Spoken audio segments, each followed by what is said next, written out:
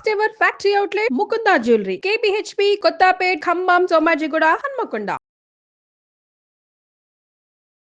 నమస్తే రమ్మగారు. నమస్తే జీ. ఏదైనా ఒక మంచి కథ చెప్తారా? చాలా తెలివైన వాడి కథ ఒకటి చెప్తాం.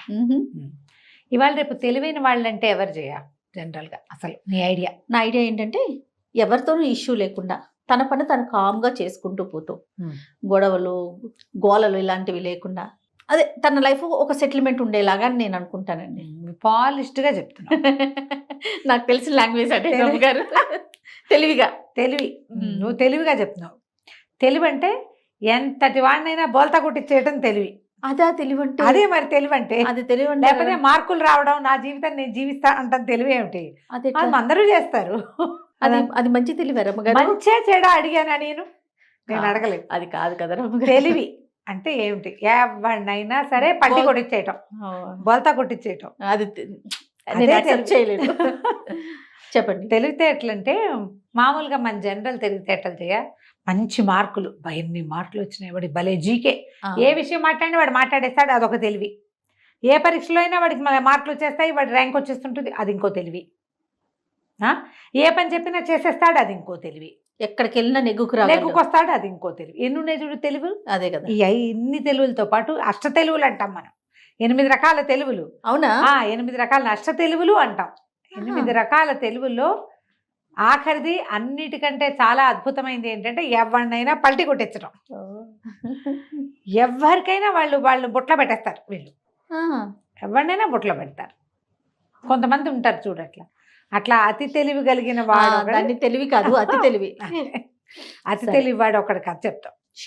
ఓ ఊళ్ళో కుర్రాడు ఉండేవాడు. వాడు భలే చురుకు.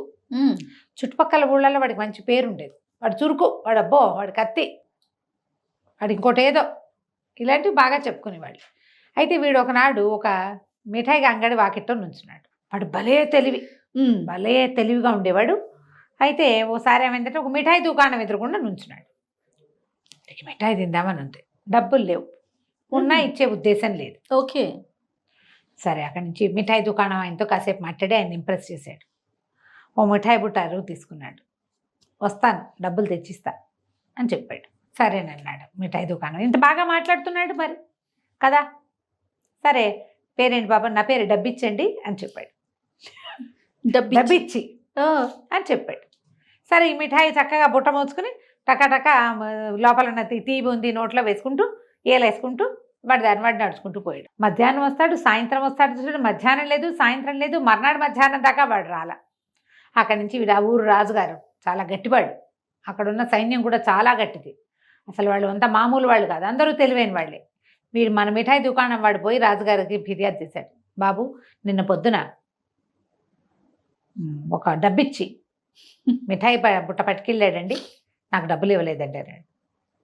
డబ్బిచ్చి పట్టుకెళ్ళాడంటూ ఏమిటో మాట్లాడతావేమిటి? డబ్బిచ్చాడు కదా, వెళ్ళిపోను అన్నాడు రాజుగారు. అంతేగా. ఇక రెండో వాక్యం ఇలా. ఆయనేమో చాలా విసుగు రాజుకి. ఎక్కువ తక్కువ వాక్యాలు ఆయన విండు. డబ్బిచ్చి పట్టుకెళ్ళాడు అంటే డబ్బు ఇచ్చినట్టే, అంతే. బాగుంది.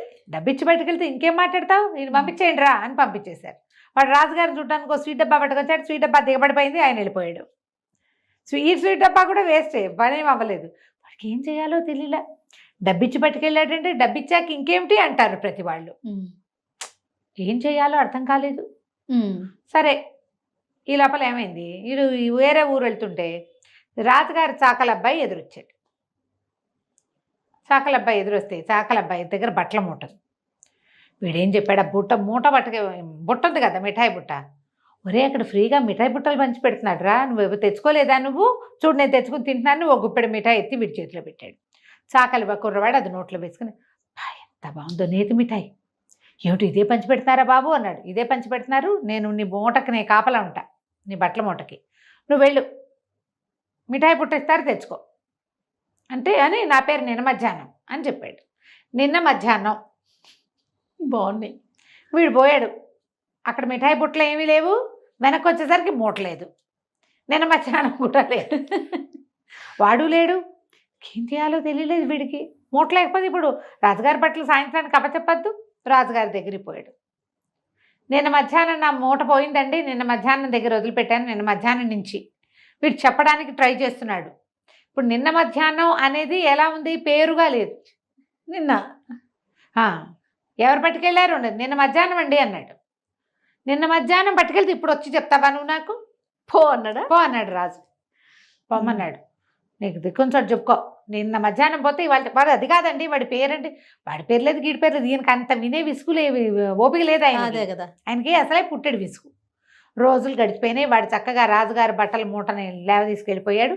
మిఠాయి బుట్టను ఖాళీ చేసి అవతల పడేశాడు. బట్టల మూట మీద తీసుకెళ్ళిపోయి హాయిగా రాజుగారి బట్టలన్నీ వాడు వేసేసుకుంటున్నాడు. కొన్ని రోజులు గడిచిపోయినాయి. ఓ రోజు రాజుగారు మంచినీళ్ళు గుర్రం మీద ఎక్కడికో వెళ్తున్నాడు. ఎక్కడి నుంచో తిరిగి వస్తున్నాడు. మన ఈ డబ్బిచ్చిగా అబ్బాయి కుర్రవాడు అక్కడ నుంచుంటే రాజు అన్నాడు, అబ్బాయి ఈ గుర్రాన్ని కాస్త పట్టుకో, నేను చెరువులోకి వెళ్ళి కాస్త మంచినీళ్ళు తాగొస్తాను అని చెప్పాడు. గుర్రం నీళ్ళ వైపుకి దిగే ఉద్దేశంలో లేదు. మామూలుగా గుర్రాలు నీళ్ళలోకి దారి తీస్తాయి, దాన్ని దాహం వేస్తే అది దారి తీసేస్తుంది, అది గట్టు మీదే నుంచుంది.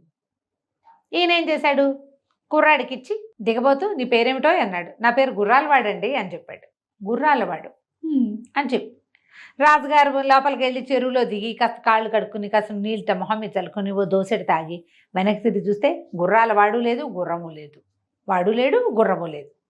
ఈయన హాదరా బాదరా చెరువు గట్టు మీదకి ఎక్కాడు. ఎక్కడ ఏమీ కనపడవాడు. ఆ గుర్రం వేసుకుని లగెత్తుకుని వెళ్ళిపోయాడు. ఇక రాజుగారు కాళ్ళు ఈడ్చుకుంటూ వచ్చాడు. అక్కడ ఏ ఊరి దగ్గర ఈయన ఆగాడో అక్కడ ఉన్న తహసీల్దార్ని గాకేస్తే వాడు ఇంకొక గుర్రాన్ని ఇచ్చి పంపించాడు. అక్కడి నుంచి రాజుగారు ఊళ్ళోకి వెళ్ళాక మంత్రి పిలిచేవాడు, గుర్రాలవాడు నా గుర్రాన్ని పట్టుకుపోయాడు అని చెప్తే, గుర్రాలవాడు పట్టుకెళ్తే ఇంకా పెద్ద ప్రశ్న ఏముందండి అందులో అంటాడు మంత్రి. గుర్రాల వాళ్లే కదా గుర్రాలు పట్టుకెళ్ళేది ఎవరు? అంతే, గుర్రాలవాడు. పట్టుకెళ్ళింది ఎవడు? గుర్రాలవాడే. సరిపోయింది. ఇంకేం గుర్రాన్ని పట్టుకుపోయాడు. ఇంకా రాజుగారికి ఏం చెప్పాలో తెలియలా. తనేం చేశాడు, ఇంతకుముందు ఇలాంటివి రెండేవో జరిగినాయి. అప్పుడేమో తను వాళ్ళ మాట వినలే, తన మాట ఎవరు వింటలే. వీడు చక్కగా ఈ గుర్రం వేసుకుని అటు ఇటు తిరుగుతూ వెళ్తుంటే ఒక చోట ఏమైంది, ఒక ముసలి మా అమ్మ ఒక మనవరాలు కనపడ్డారు.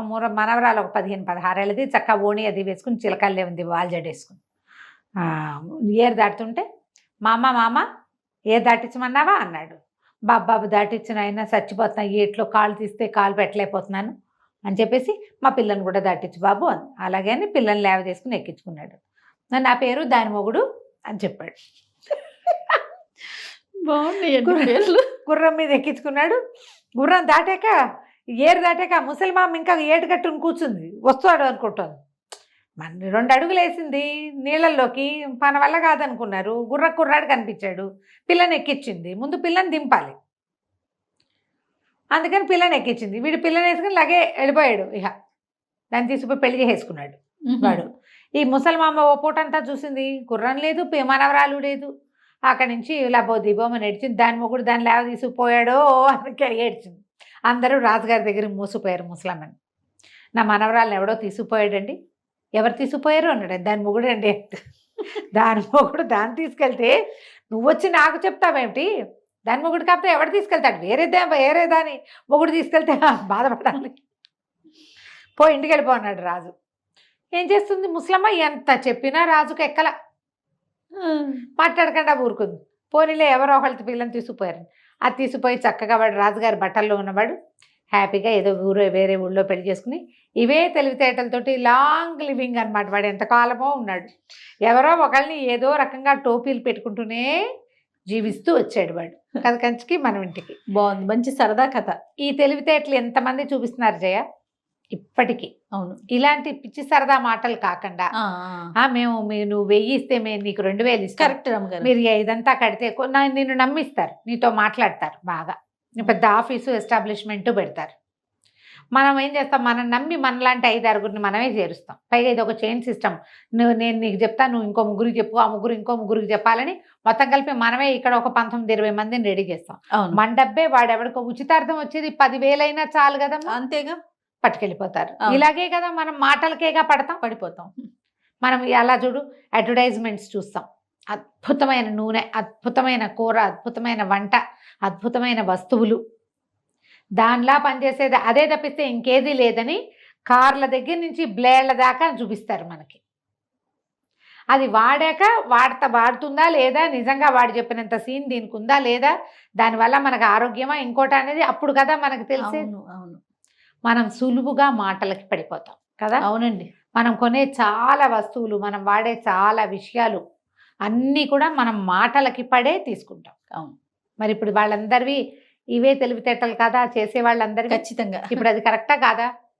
కరెక్ట్ ఎలా అవుతుంది రమ్మగారు? కాదు, కానీ అదేగా మన లోకం ఇప్పుడు. లోకం తీరలా ఉంది. ఎదుటి వాళ్ళు మోసం చేసే దాంట్లో లోకం తీరలా ఉంది. తీరలా అంతే. ఉంది. పైగా మనం తెలివిగా ఉండటమే మనం తెలివిగా ఉండటం ఇంపార్టెంట్. అంతే అండి. కథ కంచికి మనం ఇంటికి. రైట్ అండి. నమస్తే. నమస్తే.